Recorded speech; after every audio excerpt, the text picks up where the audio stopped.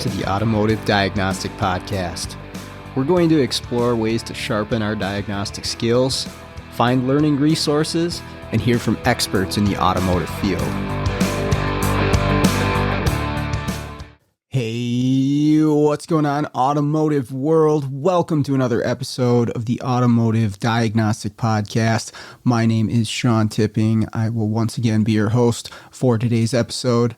Joining me on the show this week, we've got Mario Rojas of Super Mario Diagnostics on YouTube, and we've got Oz Sepulveda of Oz Mechanics on YouTube. So both of these guys have awesome YouTube channels. I will put links in the show notes so that you can check these out. Definitely recommend doing that. It was really cool to get to sit down with the two of these guys. I had never met Oz in person. I've had Mario on here once before. Really awesome guys doing a lot for the industry. We're going to talk about a whole host of different topics. We start off talking about European cars and some of the classes that we've been taking at ASTE. We'll also get into content creation, right? They both have YouTube channels. I've been doing the podcast.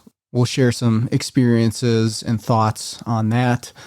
We talk about Scotty Kilmer and how awesome he is, and a number of other things. But really enjoyed this talk. It's really cool to sit down with these guys. Hopefully you will enjoy it as well.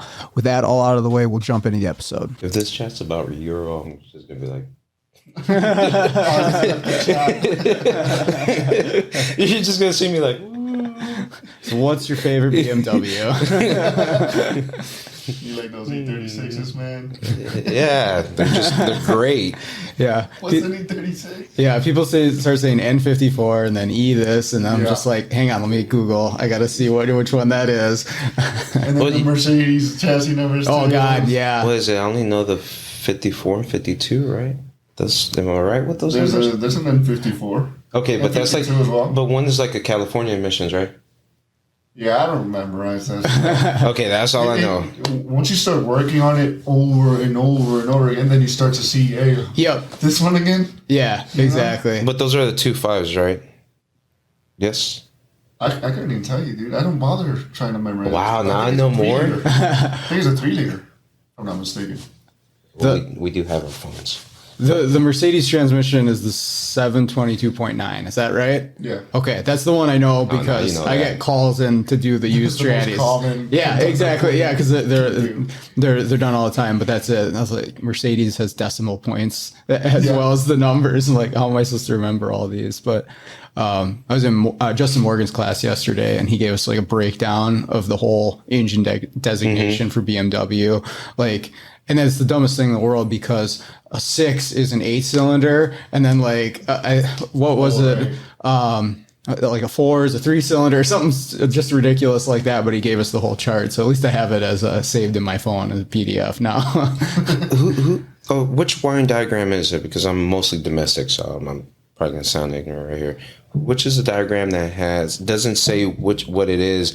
It just has like J299, and then in the bottom it has... It's a lot of euros, I think. I believe so. The track diagrams that you have to follow the wire down to the bottom, and it'll give you a number, and then you have to reference that to another 100 pages later. Yeah. That's a track diagram. Okay, but that's mostly all Euros have that? Is that like... OE? Is that Volkswagen? I think it's just Volkswagen and Audi. Yeah. Maybe Porsche as well. Yeah, Porsche. Ferrari. You pretty much don't they label the BMWs like that too, or it's just a number? In my opinion, are the best diagrams you can find. But you need Esther, right, for that, or Air to use it to its full potential. If you're using like Identifix and then doing the OE diagrams, that's a pain in the ass to filter through them. All Data came out with the ability to hover over the hyperlinks, and it'll show you can click on them. If you go to the OE diagrams, I actually showed them in my videos because a lot of people don't know that. And you hit the button and it'll show you the component location. Okay. But in the actual scan tool, when you have ESTA, you hover over it, you click on it, and it'll open up a half page, like a split view. Yeah. And it'll show you the component location.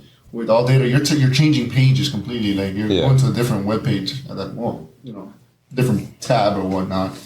So it is a little more cumbersome. Well, And like Justin was saying yesterday, it's $30 a day, right? Yeah. Or you can do the 2,500 a year for everything. That's scan tool functions, all that stuff. But for the service information, $30. And if you learn how to navigate it a little bit, man, that's the way to go. Like, I haven't been doing that, but I need to do that. Like, you'd save that $30 easily in just using the navigation of like, here's the component and it brings up everything about it. But to do that, you have to download everything, right? Yes, you have to pay the $30 first, then download ISTA. Which takes what? Is that the same with ISTA Air? Do you have to download No, actually, everything? it's web based. If I'm not mistaken, I barely use Air, but there's a pitfall with using Air. You don't get the full view, so The screen's smaller. it's like looking at it through a microscope. You know, it's Sure. you're limiting your view, and that helps. People don't realize how like something so simple can actually help you. But yeah, it's worth it just to get ISTA anyway. Download it into your laptop, and pay the subscription if you need to, or. Yeah, I remember I called you to get that downloaded. Yeah. I was like, hey, Mario, I need to download this. And I thought it was going to, maybe an hour or so. No. I've been wanting to do it, but I think I got to get a separate laptop just for ISTA because all the ones I'm using, I don't think I have enough space for it. I think it's like the biggest. It is definitely the 500 largest. gigs? No, that's the capacity of my laptop, but the largest capacity program that I have in my laptop is ISTA. It needs 250 free, if I remember Right, correctly. I think so. Okay. And then a certain processor and Windows 10, all that stuff. So I'm just going to get a laptop just for that. But I've been waiting on an ICOM. I don't know when I'll see it. And so I've kind of been dragging my feet on it. But it's just like everything else, you can't get it right now. Unless you know of a place. And I think after I got that, I haven't seen a BMW or anything like that. That's how that works. Yeah. You buy that scan tool and then you guaranteed you're not going to see that. That's how it was. I remember I was all excited and I was like, finally, Diagnostic car was done. And I was like, all right, when am I going to use it again? Yeah. 3 years? Yep. Good thing you didn't buy the year subscription. No. Because sometimes you get to the point where you're like, should I just get the year subscription or what? Yeah, luckily I backed out on that one. Yeah, that's a tough call sometimes on, you're saving if you're doing enough of them, but then am I going to do enough of them? That's kind of how it's been for Chrysler with me is I'll have a month where I do a ton of Chrysler, but then I'll have a couple months where they're really sporadic as for the programming. And so it's like, do I buy the whole year subscription or just do it, a case by case basis, and it's tough. But I try to look at it at the end of the year. Now that I'm full time, it's a little easier because I know I'll be doing it. But when I was in school, especially, I'm doing like half teaching and half mobile. So you're not even teaching anymore. No, I this last spring was the last semester, so I had to pick a path because I was trying to do too much, and I was kind of half-assed in both things because my focus could only be applied in so many areas. And the mobile's the way I decided to go. It was a tough choice. I can imagine. Definitely a tough choice, but I'm enjoying it so far. But getting to that programming, how many times have we bought a special tool? Yep. That was so darn expensive, and we're so happy once we got it.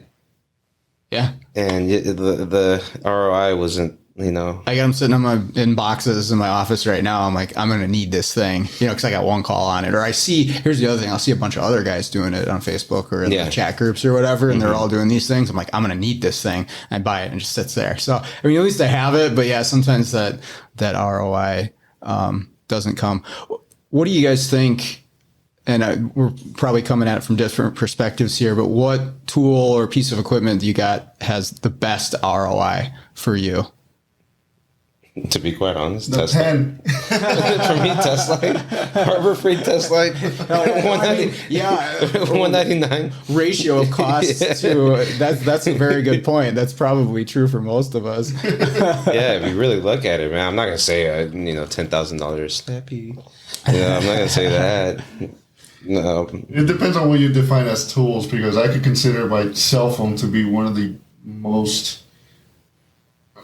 biggest contributor to my daily workflow. Right. I'm doing DVIs, looking up diagrams all the time, referencing certain PDFs, transferring information between laptops and the cell phone all the time.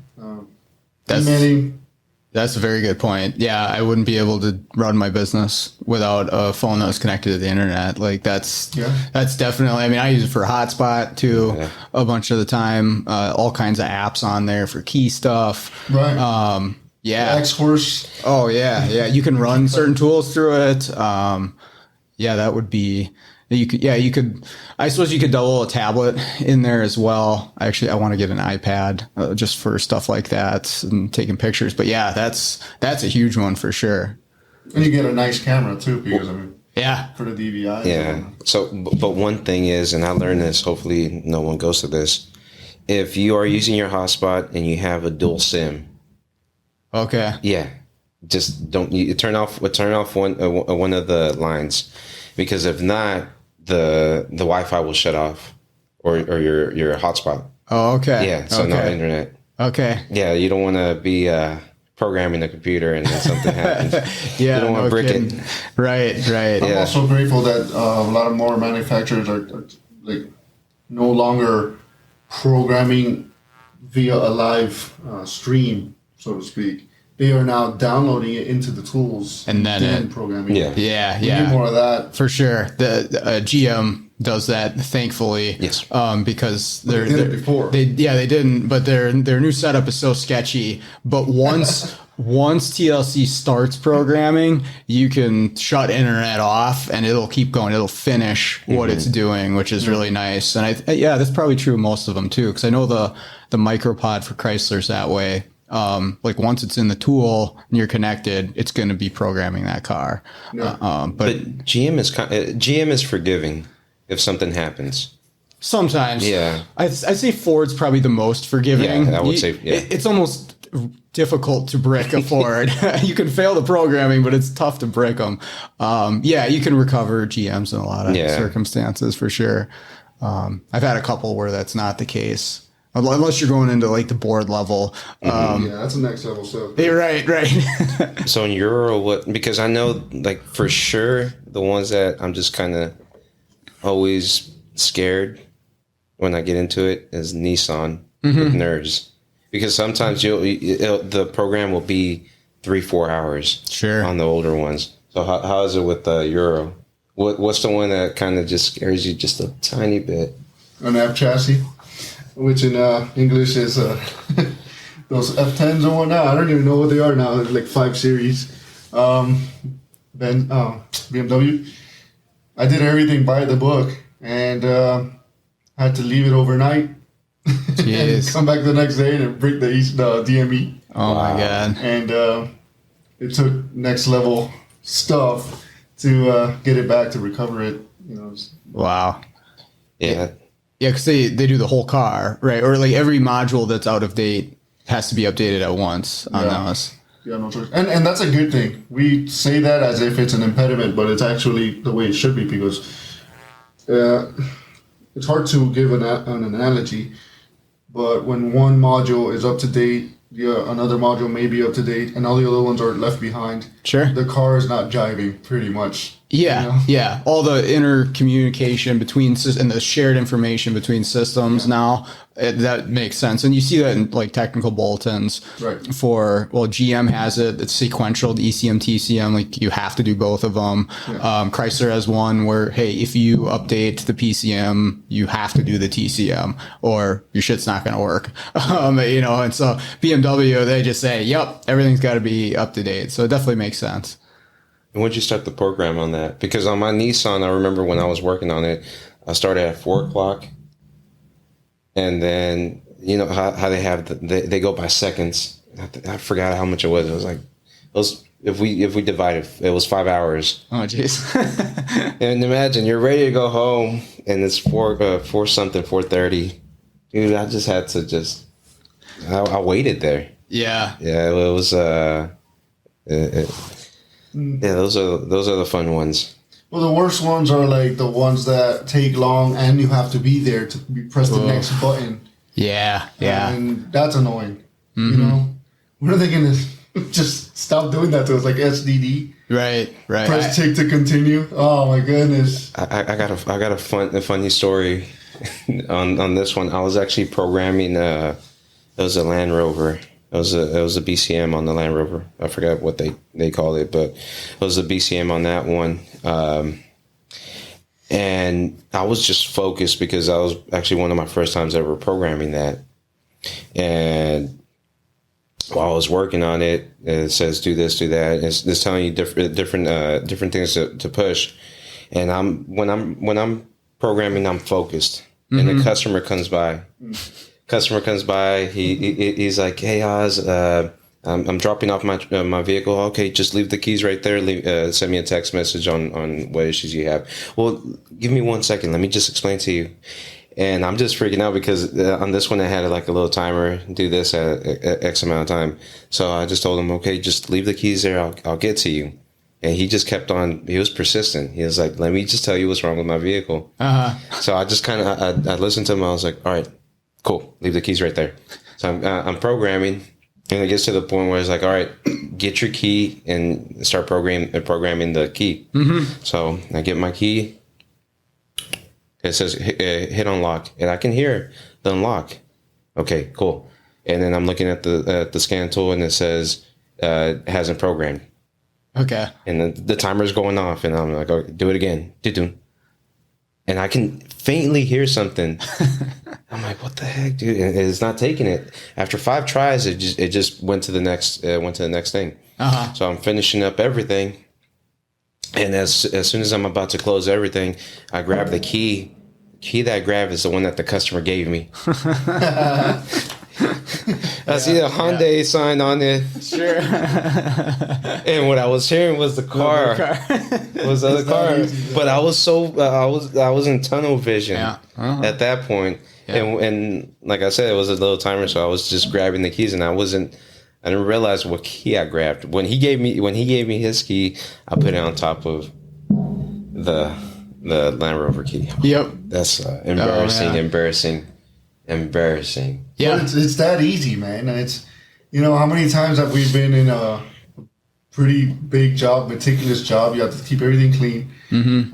Go in a certain process, certain order, and then they pull you away. Yep. Whether it's sometimes they tell you, "Oh, can you talk to the customer for this and that," or "Can you do an oil change on this and that?" We go to waiter. Come on, you don't do that. I mean, but.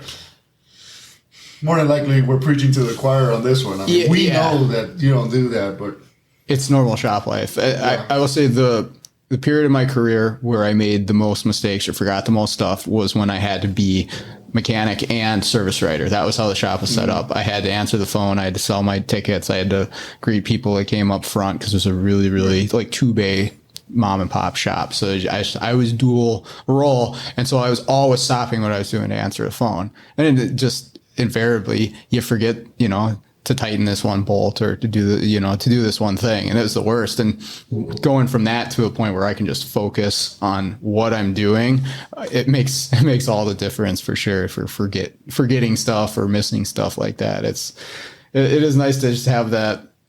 I mean, to actually be like tunneled in on something for a little bit is a good thing, and not have people coming in and distracting you. But that's life. That's just the way it goes. You got to deal with it. Sometimes we got to roll with the punches. But how many times do we see shop ads that they're like, "Oh, you must be able to work with others," and what they mean is you have to help somebody else, which is great. Yeah, it's great. Yeah. But if you're in the middle of something important, you cannot be distracted. That is the perfect time that they choose for help. Right. They're just sitting over waiting for it. He looks like he's really into what he's doing. But have you ever worked on a car and just say you have your phone right there and you're listening to a podcast or whatever, and then you have to go underneath the vehicle and then you're just trying to get something done there, and then you get that phone call. Oh, yeah. And you're like, should I answer it or should I not? And you're like, dude, it's probably a customer. Then you go up there and there's boop. Hey, we have blah, blah, blah. Jesus. Dude, that happens to me probably 5 times every day. For sure. The scam likely thing helps. Because it'll pop the scam likely up on my phone a lot, Dude, but they still get through. Yeah, and so now what they're doing, they're actually buying local phone numbers. Yeah, local phone numbers. Yep. That's what's going on. Mm-hmm. Well, I don't know if you guys are into Apple or not. I know Justin Morgan hates Apples, but I got one, and probably Androids have the same option where you could go into your phone options and put block unknown callers. Sure. And that's great for me. If I don't have your number in my contacts, you're just not going to reach me. Yeah. And it doesn't work for a business owner. I was about to say. It doesn't work for me. We've been trying to call you, man. It's just... You want my money or not? Yeah, I get numbers that I don't know all the time calling me as a mobile stuff. Oh, hey, I got your number from this. But yeah, the Apple does an okay job at throwing the scam likely thing up. But yeah, that's it for me. Is if I'm into a really intricate diagnosis or something like that, that's where it's really like I'll leave my phone in the van and just not be answering it because I got to stay focused on what I'm doing. If I'm programming something, if I got to answer the phone, oh yeah, hey, I'll be there. That's not the end of the world. But yeah, trying to like work through a network issue or something like that, I don't want to be like stopping and talking to people in the middle of it. I suppose that's where being in a shop scenario is going to be a little better because you have somebody to answer the actual shop phones and take Sorry, that guys, stuff. I'm not a business owner. But not yet. Not yet. I was going to ask, so has anyone ever found out your number from YouTube or anything like that? No, what I get is the Facebook Messenger calls from Africa. Oh, no kidding. Really? Yeah. Wow. That's serious. Like Nigeria. I get a lot of calls from Nigeria. Really? And Nigerian king or prince or whatever. He's trying to give you his riches, man. Dude, you're missing out right now. He's probably like, man, I watched one of Mario's videos and it just fixed up my Bugatti or something like that. I just want to send him like $2 million, and you're missing out right now, Mario. You need an answer. It's the one time where it's not a scam. I get a lot of those though, and what people don't know about me is that I hate talking on the phone. Even anybody, it doesn't matter who it is. Sure. I just hate talking on the phone. Text it to me. I'll text all day long, but then you have people who found me through social media, and I don't mean to be a douche or anything, but I can't answer everyone's calls. Yeah. It's just not happening. You only got so many hours in the day. And sometimes if some people are asking me questions on stuff, I'll just shoot them a reference. Like, here, go check this out. Like, that's the whole point of the groups too. Yeah. It's like, ask it in the groups and we have the data and we can text. Yep. And we can refer back to the text instead of talking to somebody. And what's funny is that some of those calls they'll call you one day and it's hey, I got a 3 series, this and this and that. I picked up the phone a couple of times and got into that rabbit chase. They'll tell me, hey, listen, I got this 5 series, this and that, and all that, and then I'll give them a quick direction and all that, and then 5-6 months later. Like, hey, remember that 5 series? I'm like, I have no idea what you're talking about. Who are you? So that's why I'd rather have text messages because I'm not going to remember anything. Oh, yeah, for sure. Like, if it was a few months ago, what did I talk to this guy about? Oh, yeah, okay, all right. Definitely, I totally understand that. Like calls, no thanks. I mean, and then the whole thing where like, oh, you told me this and this and that. It's like, oh, here we go. Okay. And if it's not in person, it's different, right? So you can take 1 million calls a day and say a bunch of things and not remember. Yeah, but there's no face. Yeah, when there's face to face, more than likely you will have a better chance of remembering it. At least for me. Yep. No, I totally agree with that. At least you saw the car in person or something like that. That makes a difference. If I go to the shops doing my mobile stuff, I'll remember that 3 series I put keys in. But if I talk somebody through it, I never saw their face, I never saw the car, I didn't actually do the keys. Yeah, I'm probably gonna be like, help me out, dude. I don't remember what we're talking about you here. have to start all over. Yeah. Exactly. And you never get like those super fans that go to your shop. I've had people visit me at the shop. I want you to work on my car. Nice. Yeah, actually, I've had. I don't know if I would call them super fans, but they consider me competent enough to want me to work on their car, and then they would bring it. And we're not cheap, guys. We're not cheap. And I tell them straight up, like, it may be around this area, this much. Some people were like, let's do it. Mm-hmm. And other people are like, yeah, we'll be there, and then they never show up. Sure. That's normal. Yeah. That's normal. Yeah. But I do have people that they find me through the channel, they'll leave a comment, hey, how do I come in contact with you? All right, well, I'm in Autobahn Performance, Brooklyn Park, yada, yada, yada. Mm-hmm. And they find a way to reach out. But the weirdest one I had was a guy that found me through YouTube, and he says that he wants me to be on the phone as I'm diagnosing it. And I'm like, I'm telling the service writer, he's like, this guy's on the phone. I don't know who he is. He's probably going to watch this. And he straight up told my service writer, I want him to like walk me through the process as he's doing it on a Porsche Cayenne. You're charging, right? Communication issue. Yeah. And you were charging, right? Yeah, we were charging. Well, okay, we were pending approval at the time. We were trying to get approval at the time, and that was one of his like things. And my service writer was like, "That's not possible. I mean, he doesn't get on the phone. For me, I don't like answering phones. Like I said, I hate being on the phone. Mm-hmm. But I'll try to help customers out, and sometimes I have to translate and whatnot. But service writer tells me, he tells me as it's happening. We use Slack as communications and whatnot, and I'm like, that's not gonna happen. I'm working on other stuff. I'm in and out of this car. There's no way I'm gonna talk to this guy and walk him through this whole thing. Right. And then the guy responds, well, he does YouTube videos.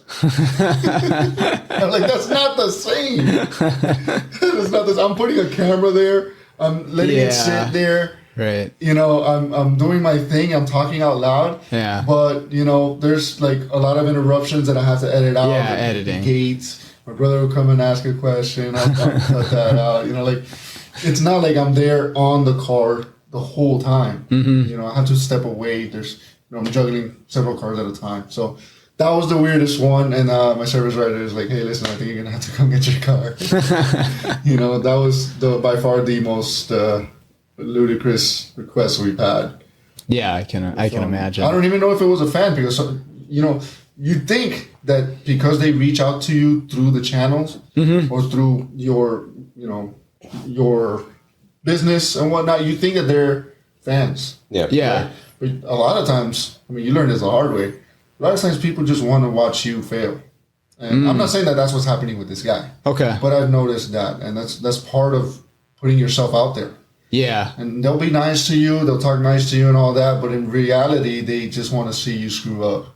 Okay. For whatever reason. I don't know what it is. But there's always that. That happens to everybody. I like when I make a video and they just pick one little small thing in the video. Sure. And I was like, so through this whole video, you only picked up that little small thing, just that little failure. And right. I was like, dude, I'm just human. I'm gonna fail, Right. That's the best part about YouTube stuff. At least what you guys are doing is it's reality. It's very close to the real shop life that you would experience if you were in a shop, rather than something that's like produced and the old school training videos where that stuff that wasn't actually real people working on a real car. So yeah, there's gonna be a little stuff like that. You're not. You don't have your safety glasses on, or you knock a bottle of coolant over or something like that. Well, that's the thing. So when there's a part when I was making my videos, and then I would just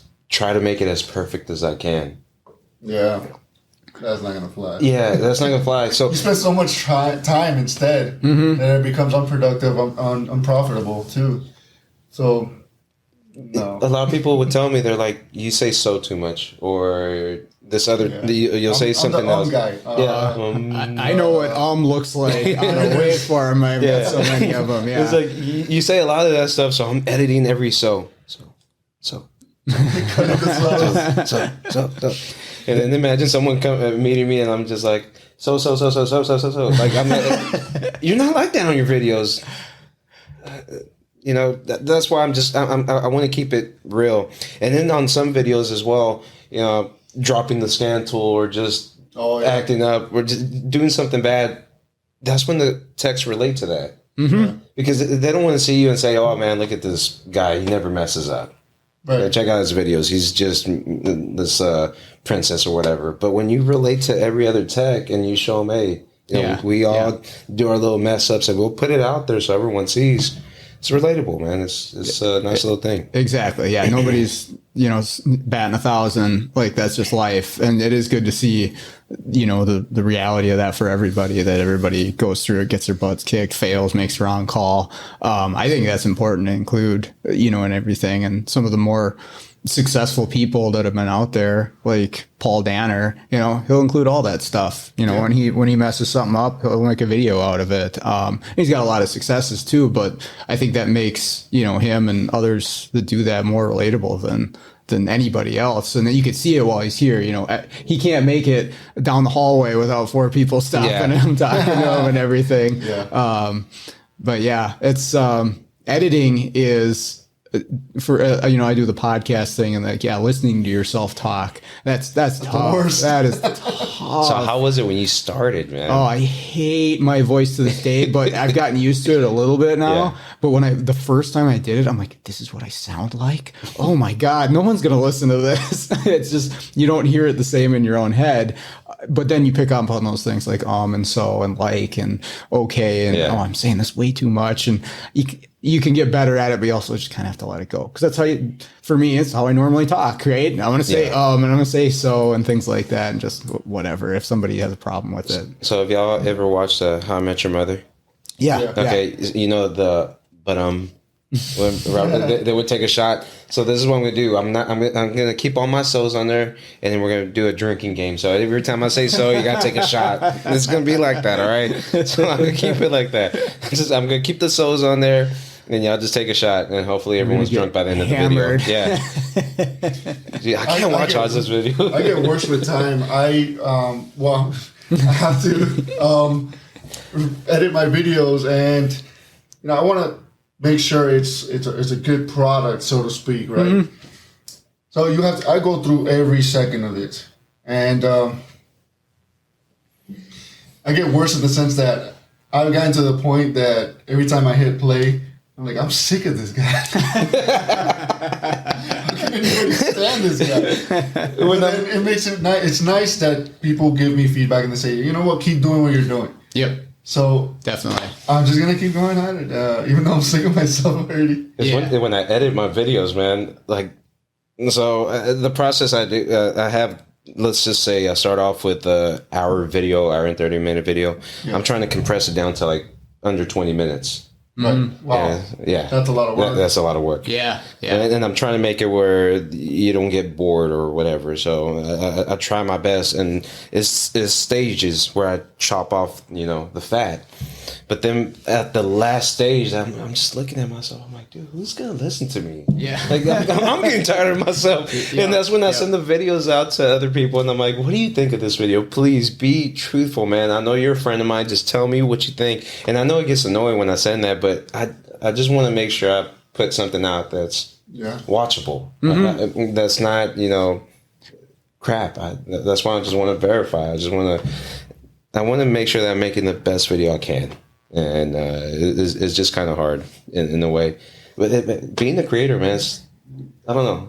It's a tricky thing when you're a technician, creator, and family man, and all this and that.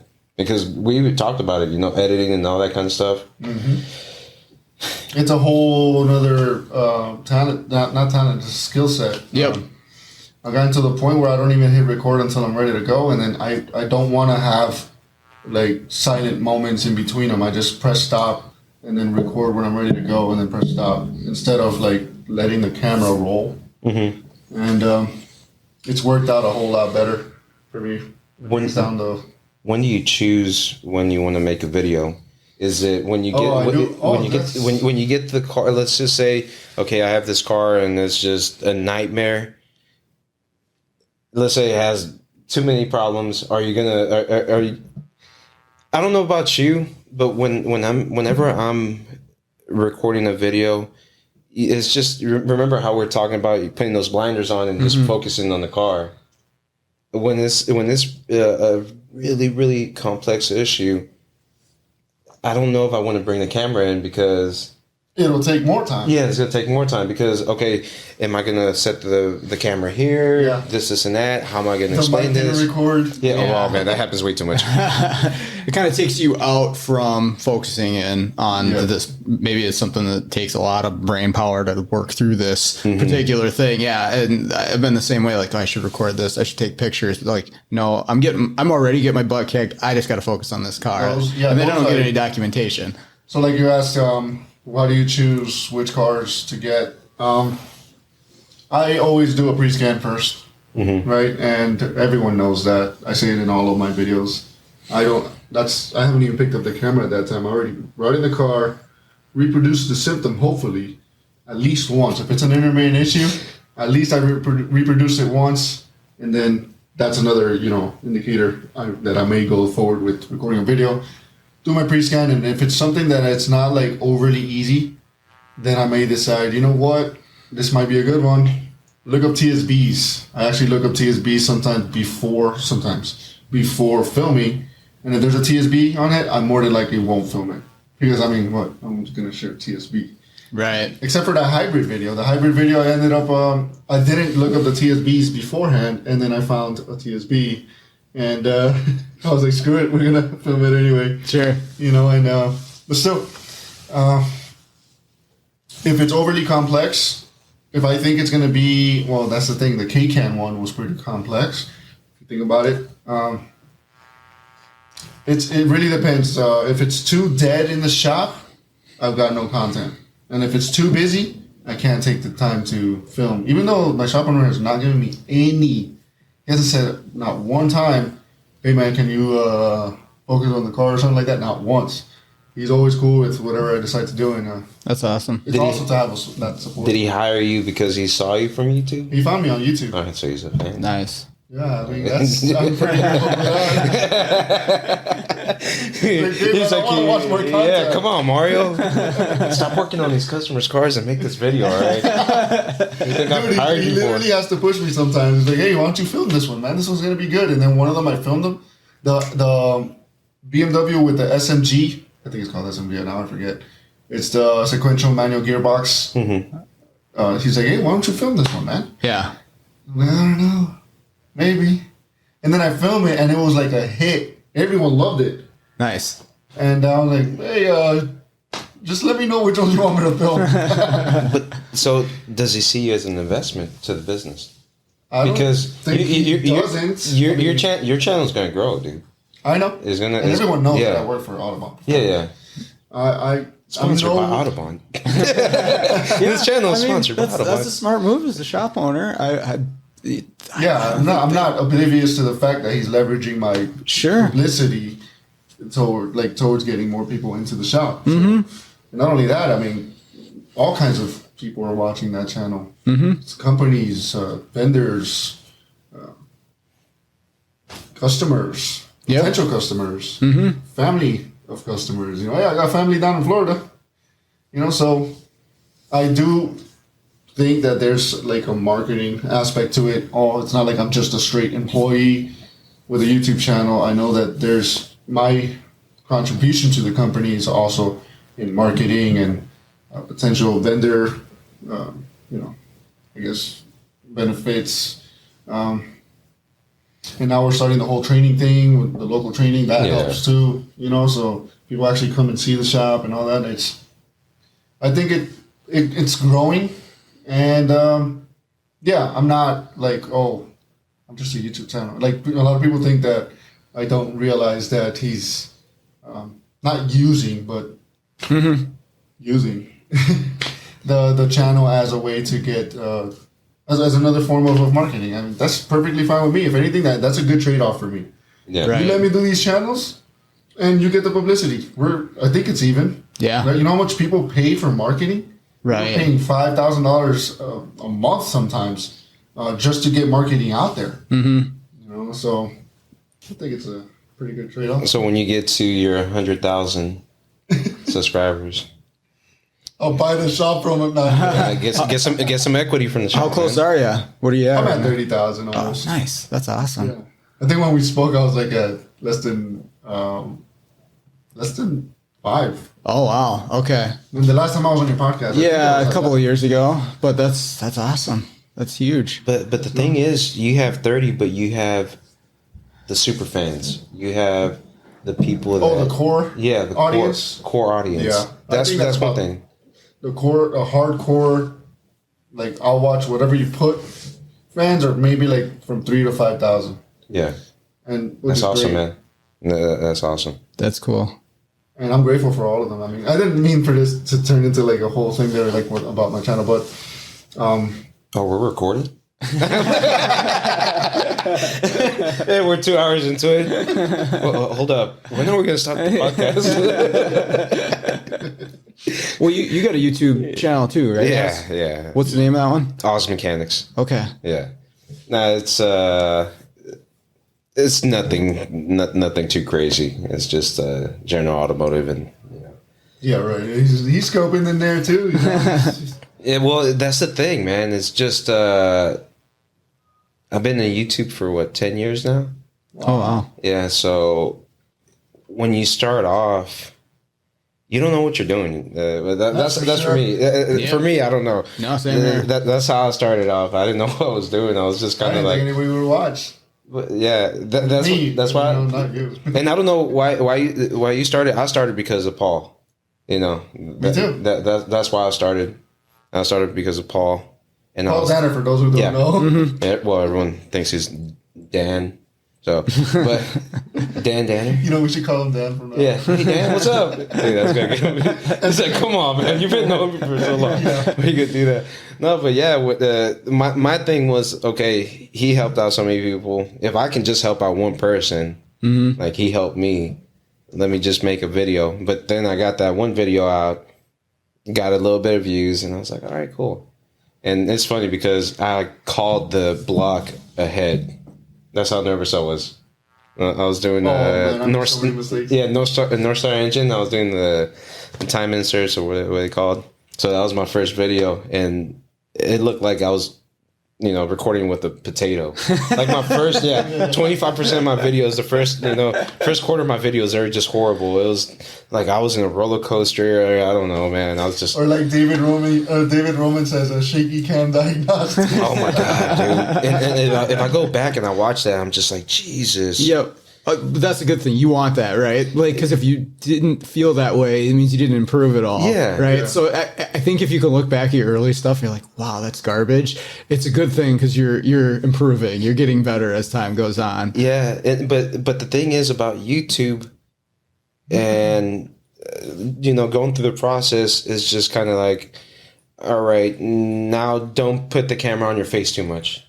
Usually somebody's pissed off. Yeah. It's like, I had a comment. It was an announcement at first, the first half of the video.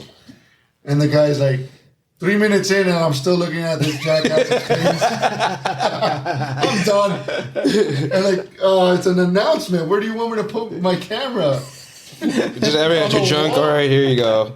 I don't know what to do anymore. No, but that's the thing, and you start trying to figure yourself out because, like, for me, it was mostly all basic videos. It was like, all right, this is how we're gonna be using this and that. It was too basic. And then the thing is, when I started coming to the training events, I felt like people were looking at me like, oh, look, that's that, non-mechanic, is just shade tree mechanic.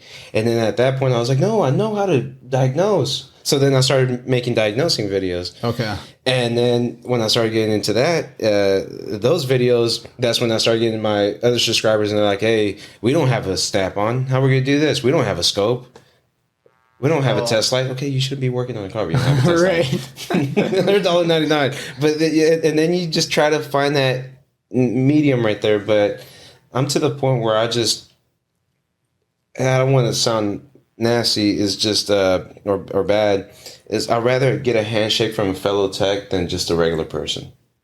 That's just my thing right now. Mm-hmm. I'd rather a fellow tech coming up and, hey man, Well, it's awesome a video. big thing to have respect from your peers too, or and that's these events are so cool is you get to shake hands with some people that maybe you haven't met in person or met at all. And that's a good feeling for sure. I understand that. That's just that's the one that you're like, okay, I'm finally doing something right. But it took so long to get to that and finding myself. But like for me, I don't know. I still tape with a potato as my iPhone. I still got to upgrade. I treat it more like a hobby. I like YouTubing and all that. But I want to get more into it. You're also a one-man show, right? Yeah, it's just it gets a little bit overwhelming at a point. And like I said, I think before we started taping, I've been filming a really long time. But that's because I just had a kid too. 6 months old. Yeah. Oh, congratulations. Thank you. He'll definitely eat up some time for sure. It's awesome baby, man. Yeah. So are you ready for the stardom and all that? I don't know about all that. No, it's gonna happen, man. I'm leveraging his podcast to get up there. Well, you got a lot more viewers than I do. So. I'm gonna get the word out. No, because like I was talking to Eric O. That didn't sound right. I'm sorry. What? I made it like that. I didn't mean to backhand anything. I was just trying to lighten the mood and all. We're all trying to work towards making something out of it. And anything helps really. I think your reasons for doing it will definitely evolve as time goes on, making content in any form, right? Like maybe you start it for this reason, you're after some specific thing and then you do it for a few years and it might shift. I know it did for me because I start getting messages from people that I've helped along the way or like, hey, you inspired me to go to some training events or whatever. And you talk to people at these training events and like, thanks for what you're doing. It really helped me here or it encouraged me to go find a better job or whatever. And so I'm like, okay, I want to keep doing it because of this. It's not why I started it. There's definitely some like ego involved when I started it. That's just 100% honest. But it's definitely shifted as time has went on for me to, it's helping people. It's making even just a small 1 degree difference in somebody's career trajectory. All right, I'm gonna keep doing it. I'm gonna keep making stuff. So that's what's driven me as time went on to keep making stuff. So I want to ask both of y'all, podcast and YouTubing, if you could go back and start from scratch, what's something that, for future YouTubers or podcasters, what would you do different from when you started? I probably would have gotten a second person on. Trying to do it all solo is tough. And not that I couldn't right now, but like right from the get-go, I probably would have found a partner or somebody else, co-host, whatever you want to call it, just because being a solo content creator, if you're going to try to be consistent, life happens, right? You have a baby, you move, you switch jobs, whatever. You're just crazy busy and you're like, how am I going to get this out? And having like somebody to assist with that would be huge. And again, not that I can't do that right now, but that I would have started with that. That would have been the one thing I would have changed. What kind of, do you want like a co-host or do you want like the Joe Rogan, that Jamie guy in the back? Yeah, I think, I could probably go either direction. A co-host would probably be the way to go because then I'd be like, dude, I can't record an episode this week. You got somebody to fall back on to do it that way when it's a side gig, right? I'm not making any money from this, but to have somebody just be like, hey, can you do this week's episode? That would be huge. So that might be in the future. I don't know exactly if I'll do that or not, but that probably would have been mine. Nice. I would have gone full Scotty Kilmer. Hey, we have conversations about that. We have conversations about that. People talk mess, but he's a genius on what he's doing because he tells people what they want to hear. Sure. He made it. Yeah. He made it. I was kidding. I wouldn't go full Scotty. You never go full Scotty. I was like, go full. No, but dude, come on. You got to give him that. We had that conversation, but yeah, he's in the YouTube world. He's a genius because what he does, he tells people, and he tells people what they want to hear. But that's the thing. It makes us technicians look bad. because it's like Scotty's like, well, you have a P0442. Just change out, your gas cap and you're done. You don't have to do this and that. Pay off that thief. Right. Or just change your purge valve and you're good. Test it, man, please. So I don't know anything about YouTube as far as like monetary amounts. What does a guy like that make off of YouTube? He's a millionaire. Really? Yeah, easily. Yeah. Holy shit. Yeah, that's stupid. Easily. He played the game and he won. Okay? Yeah, well, and like you're saying, you gotta give him credit for playing that game, right? Wow, that's crazy. You gotta understand, he's not really working on cars. He'll get on there, rant about something. Oh, this is why Toyota is the worst car. And a lot of his videos and it's clickbait too. He'll put like a picture of him, just like a sad picture, black and white, and it says, "I'm over." And then or this is gonna be my last video. This is gonna be my last video, and then it's that clickbait, and he doesn't get like bad stuff. Like it's not negative outcome. People love him. No, they love him. Huh. You say something bad against Scotty to an actual fan, and Kilmer Army. Actually, I wouldn't say potential customer because someone called me and he got my number from Matt Schwartinger from So now he got my number from there. And he's like, hey, I have this older car. And I was like, first of all, I don't work on older cars. Okay, I have a Prelude.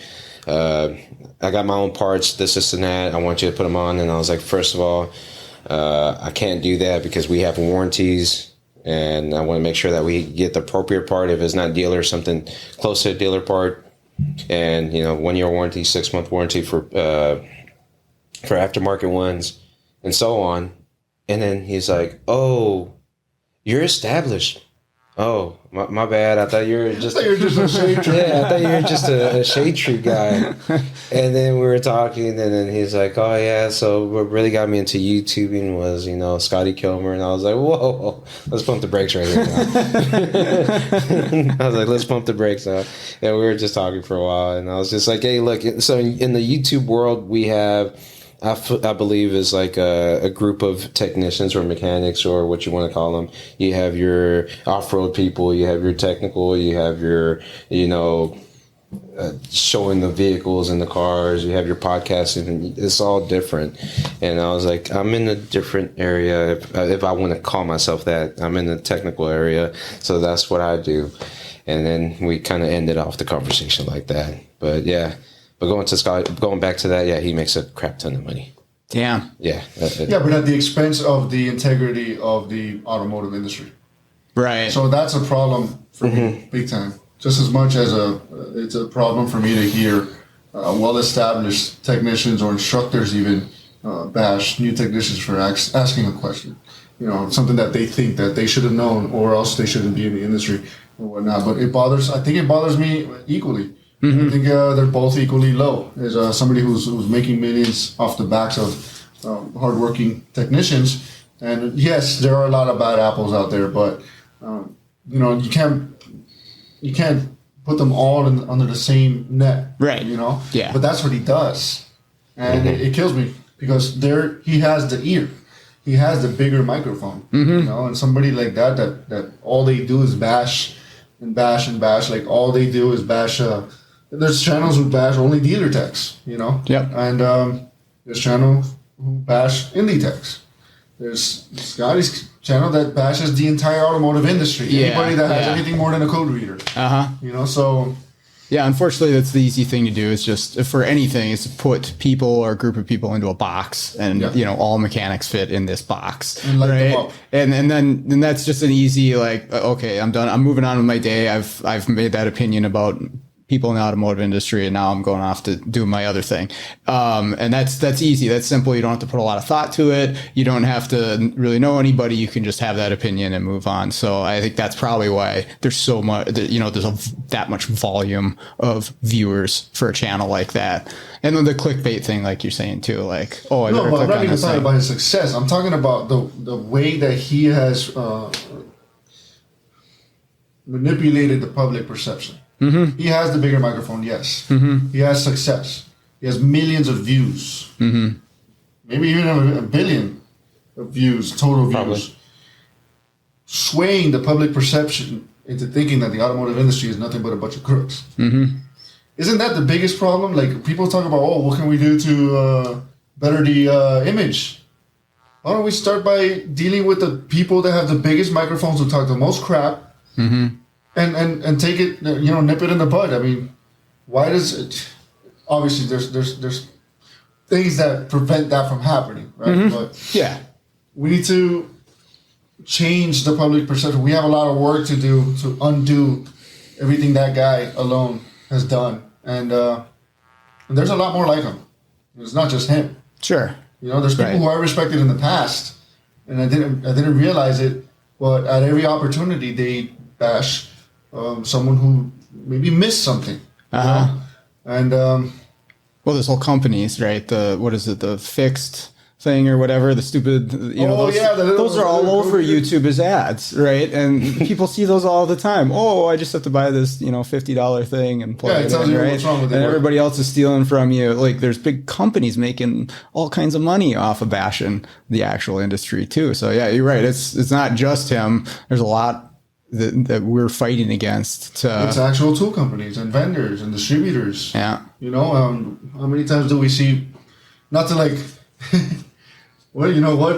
It has to be said. There's a lot of sponsors out here in this event that have campaigned with that same rhetoric.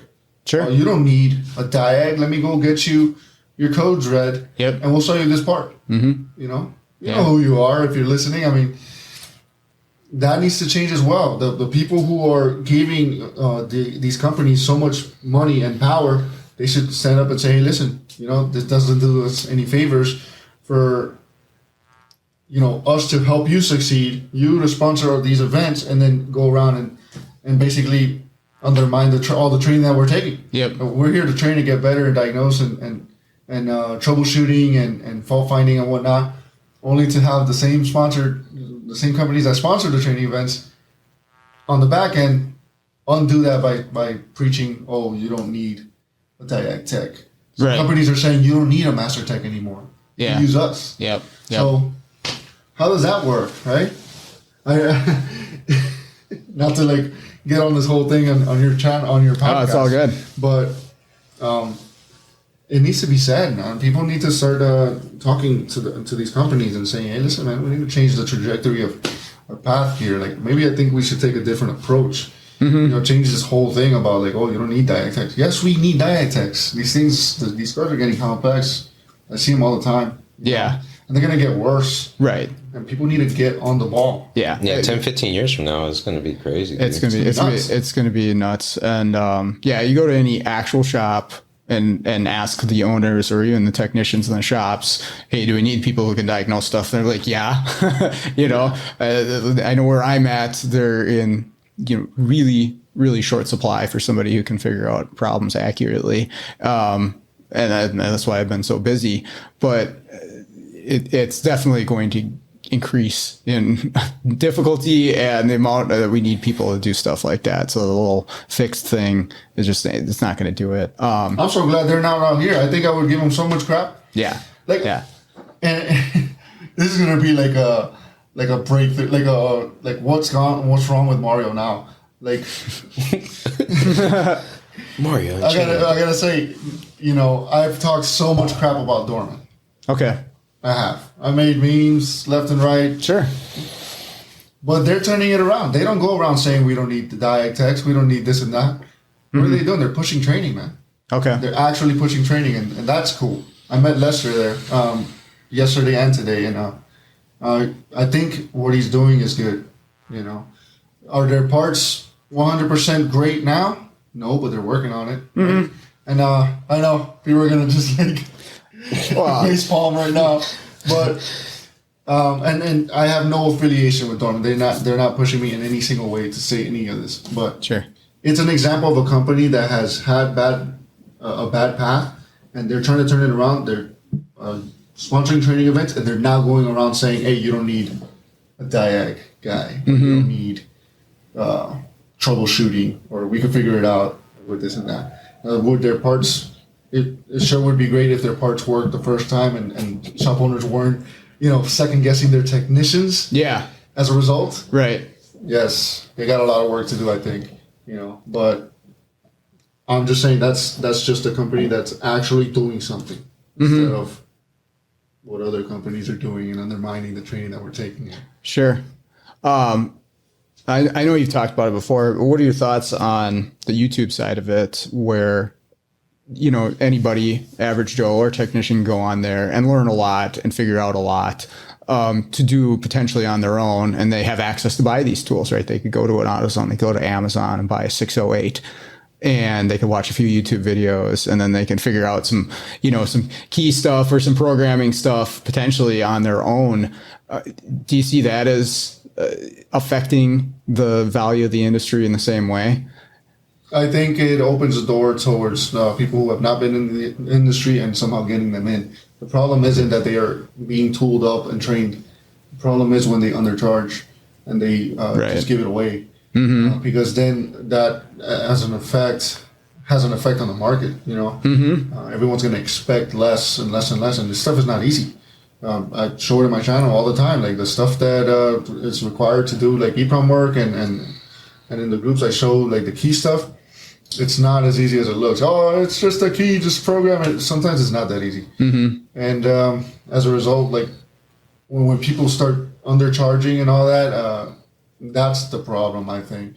It's that very same thing that got me into the industry is being able to buy the tools and this and that. I don't think that's the problem. It's me, Joe Schmo, walking in and buying an IM608 and, taking it upon myself to go and learn how to use it. That's a daunting task as it is. Sure.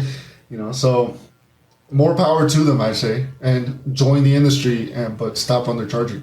To get into the industry, become a part of the community, and but the thing is, on the flip side, when they do join the community and they ask a question in the groups, what happens? They get slaughtered. Get blasted. Sure. Yeah. Yep. And the only determining factor is how much they charge. So that's, in a way, you should be charging more, but as soon as the guy says, "Oh, I just charge $100 for these," somebody blasts them, and that's a bit ridiculous. I think that if you're gonna have people buying tools and getting into the industry, then mentor them and correct them, educate them. That's what they need to get is education, right? But for what's gonna happen when they get blasted, they're gonna exclude themselves from those groups, and they're going to keep doing what they're doing as a solo, like as a free agent. Yeah, there's not going to be any guidance whatsoever. Right, just racing to the bottom because right, you don't feel like you're part of the actual industry, or you're pissed off because somebody said something to you. Like exactly, I go in, I'm Joe Schmo, I bought my locksmith kit, and I start making keys. I charge $100, and I go into a group. I'm like, hey, listen, guys, I'm having trouble here. Well, how much are you charging? I'm charging $100. You know what? You should pack up your tools and leave. Get out of the industry. How's that going to help anybody? Instead, I should be that going into the group. Oh, I charge $100. Hey, listen, man, that's not going to do anybody any favors. I know you're probably having a rough time, but you should definitely raise your rates.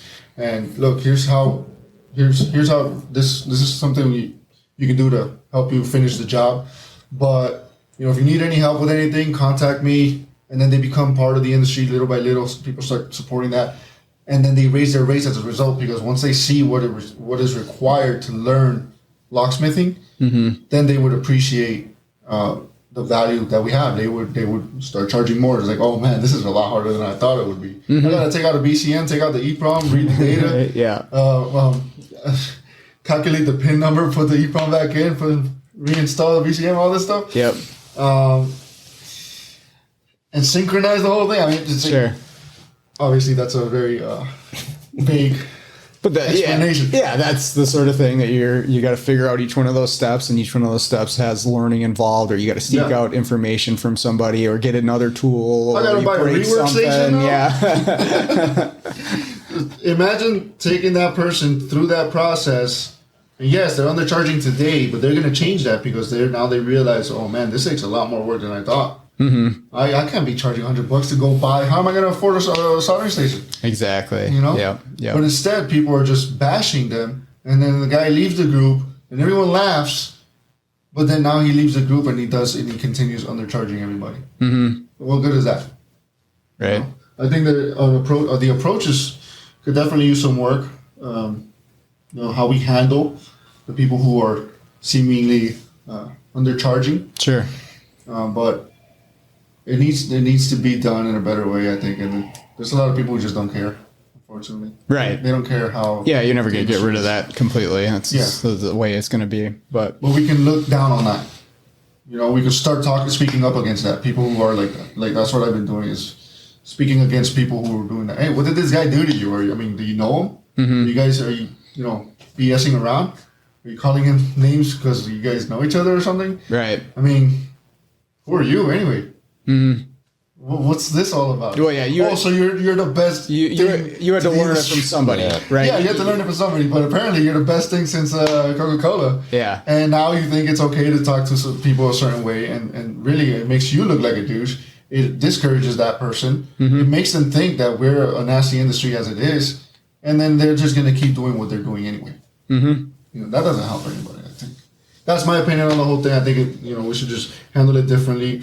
Maybe mentor them instead, teach them, and show them how much it really takes to do this stuff. Mm-hmm. And that's the approach I take with the channel as well, because I'm trying to show them. Yes, I'm showing this publicly, but more than likely a technician is going to be looking at this, not usually the public. And if the public does see it, they'll see what it's involved in doing what we do. If the technician sees it, they get to learn and they get to appreciate how much. Man, maybe I'm not making enough money in this shop. Right. And I got to do this. I got to buy a scope. I got to buy a scanner. I got to buy all this stuff. Obviously, there's that's a whole other argument whether they should be buying all that stuff, but they can start to appreciate the amount of investment that needs to take place. Well, and seeing somebody else's success too can definitely inspire you. Seeing the light at the end of the tunnel, at least. I can do this. I can be successful too. Or, hey, wow, what I was doing. If you start talking about dollar amounts and stuff like that, which I realize isn't always the case, but you're like, oh wow, I can charge this much for this job. That's been helpful for me, is just communicate with other people. Like, what do you charge for doing this job? I'm like, oh wow, okay.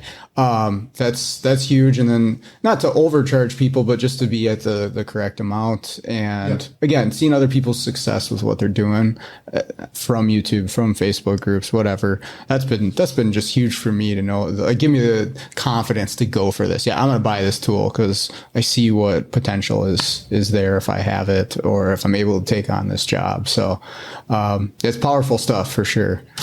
Yeah, a lot of people don't understand as well. Like, you'll have that person that gives that pushback. Oh, well, I don't want to rip off the customer.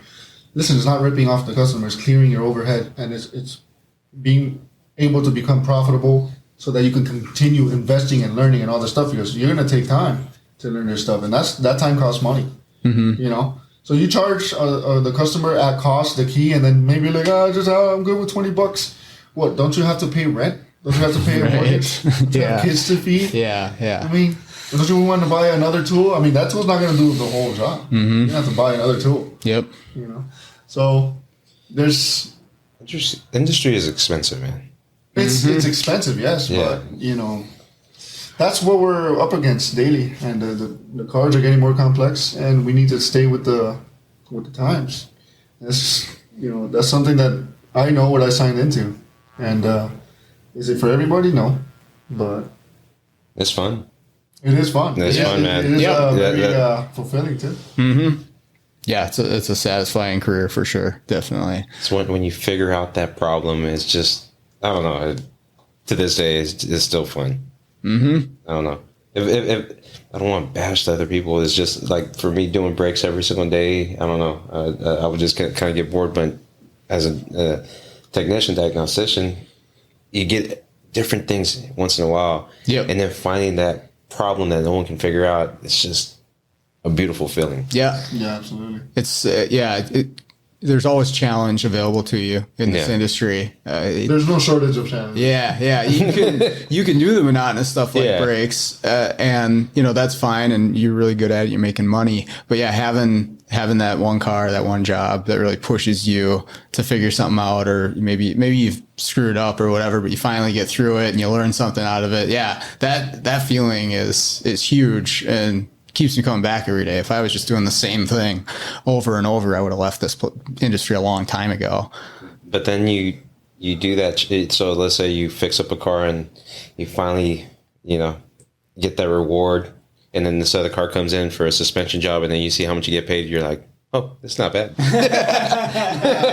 Yeah, it's very true. It's a good balance. It's a good balance. Yeah, you gotta be like, all right, so yeah, it's not bad. Okay, so we're gonna keep that balance right there. Yep. I'm gonna do this, and that. One feeds the other. I mean, would it be nice to diag all day long and get good at that and really hone in on your skills? Sure, but that's the whole point. You're training still. You're honing your skills, and until you're great at diag, the front end work is just going to be more profitable. But once you get there, man, diag could be extremely profitable. Yep. And it's not that you get there and you're done. You're constantly learning. Oh yeah, you're never gonna know it all. But it definitely gets easier with time. Yeah, but I was talking to a friend of mine, Eric from Advanced Level Auto. I was talking to him, and I was like, I just love diag, dude. I just want to do it every day. He's like, sometimes don't you just want to turn on the music at full blast and just do the breaks because you already know how everything's going? Yep. It's because when I'm diagging, everything has to be quiet. I'll have some podcasts on, but I can't focus on them. Yeah, I can't focus on them. Yep. It's just kind of like noise on the background. But if I'm doing brakes or suspension, I'm laughing right there. I'm just listening to that stuff. And yeah, sometimes you do want to just shut off. Yeah. Just shut off and just listen to some music and just have a good time. So yeah, just that little balance right there. I don't know that I can say the same. I'll take wiring over brake dust all day long. But okay, when I first started off, I just had music just blasting the whole time, and I don't know, that made it. Well, both of them. When I'm diagging, it feels like time is just flying. It's going really quick. All the more reason. Yeah, but then sometimes you're just kind of aggravated because service information's not there or something's going on, and you get home and then you're like, I gotta research more stuff, and you don't turn that off. Absolutely. Right. I worked with a couple people over the years that wanted to work in complete silence, and that was even just when they were doing tires or brakes or whatever, and they didn't want any music on in the shop, and it's just silence unless you're talking to them. And I could never operate that way. I had to have some tunes going if I was working. Yeah, I went to Firestone to program a car over there, and this guy, he had the music on, and then you see the other tech, so he walks away, the other tech comes by, puts it down. And then he walks away, and the other tech comes by, blasts it. I'm just there laughing, man. I'm just programming the vehicle. I'm just like, all right. I'm so glad I work with my brother. We blast heavy metal all day long. 400 watt sound system. While diagging too?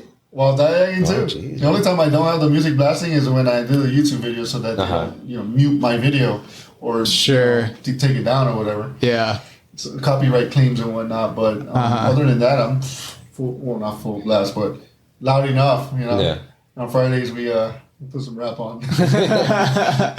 Yeah, there's a couple shops I go into that they've got the huge speaker there, and they've just got it cranked so like you can't even hear yourself talk. Oh no, not like that. No. That's a little much for me. I had to ask them a couple times to turn it down because I was listening to the engine crank and I couldn't even hear the compression when I was done. Like, hey guys, can you turn that down for a moment? But I always had to have some music going while I was working. Keeps the rhythm going. Yeah. I cannot do the ultimate absolute silence thing. No, it's weird. It'll kill me. Right? It'll kill me. I always have music playing in my head 24/7.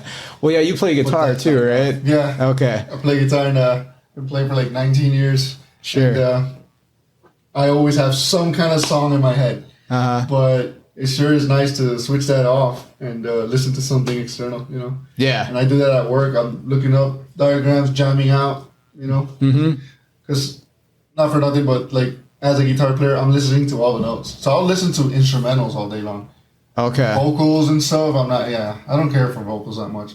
So I'm listening to all the notes, and you always it always makes me want to write something new. Inspires me to do something else. Okay. Or things like that, and it kind of helps me in my thought process, believe it or not.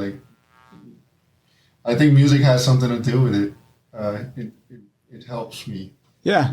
I think definitely digest information for some reason. Definitely set the mood of the shop for sure. Yeah, either you like this music or you're not. Right. That's the thing. So what I've been playing is just mostly like the Robert Kiyosaki The what? the audiobooks. Okay. Yeah, so people walk by and they're like, all right, so you want to be rich. And I'm like, hey, what's going on? Turn it off. Yeah, turn it off. Hold up.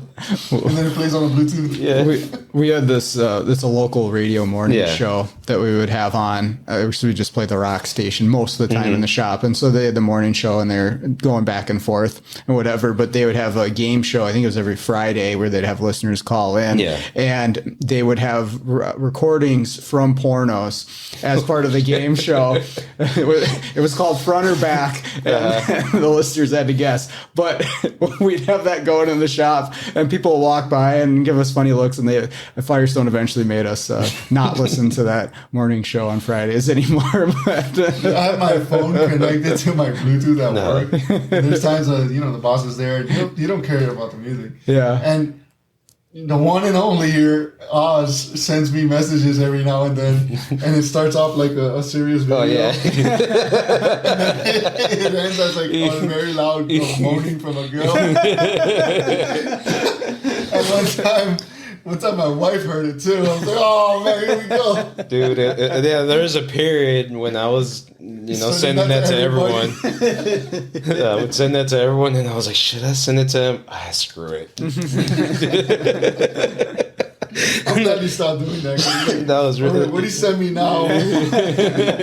No, that was really funny. I like that. that's awesome. Oh God. Well, cool guys. Thanks for doing this with me. I appreciate it. It's Thanks been for fun. having us, man. Yeah. This was nice. Definitely. I like your setup here, man. Yeah, the on the road setup here, but it does the trick. Pretty soon you're gonna be flying out to all these events, huh? And Yeah, that'd be cool. I got to get an actual studio one of these times. But yeah, doing it in person is so much better than doing it on a screen, like via the internet, because there's almost always like at least a hair of time delay, and it makes the pauses between people talking really awkward, because you'll see me pause, but really I'm still talking, or whatever, and then we're talking over each other. And yeah, if I could do them all in person, that'd be awesome. But you gotta do it like Steve-O, man. Just get a little RV or a little van. drive around. Just drive around. Oh, man, that'd be badass. We'll just go in there. What I wanted to do, what I thought would be really cool, is go around the country and go for like a ride along with all the mobile guys. Stop at some of the shops and stuff where guys are at, and just spend a day like with everybody as like a big long road trip. I think that'd be pretty cool. But I gotta, I don't know, save up a whole bunch of money in order to do that. I was about to say, what's stopping you, man? That sounds like nothing but money. Yeah, I was like, come on, man, you gotta get a loan. That sounds like a good idea, man. I like that. I really like that. Or, I like what you're doing here. I like your podcast a lot, and it's the technician side, and it's awesome. And I think maybe some companies should sponsor you. Come out to these events, Sure. Yeah, that's I haven't pursued that too much, but I definitely should. So I think I got to reach out to somebody and see if they can make it happen, because I think what you're doing is good. Yeah.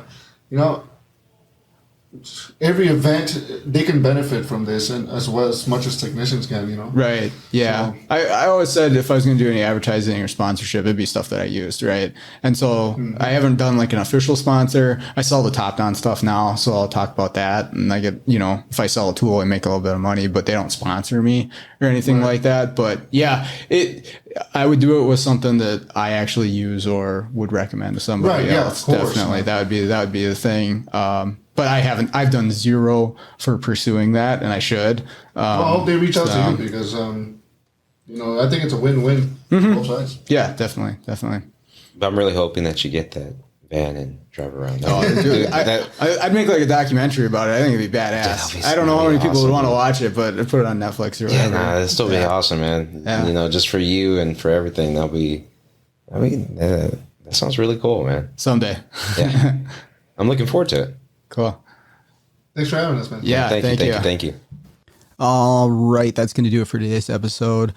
big thank you to Mario and Oz for spending the time with me. It was cool getting to sit down and chat with these guys. Both really awesome. Again, recommend that you check out both the YouTube channels, both Oz Mechanics and Super Mario Diagnostics. Go to the show notes of this episode. You're going to see links to those channels and you can start watching some of their content. Also like to thank everybody for listening and all the feedback I've been getting on the show. Always appreciate that, so keep it coming. But other than that, let's all get out there, start fixing the world one car at a time.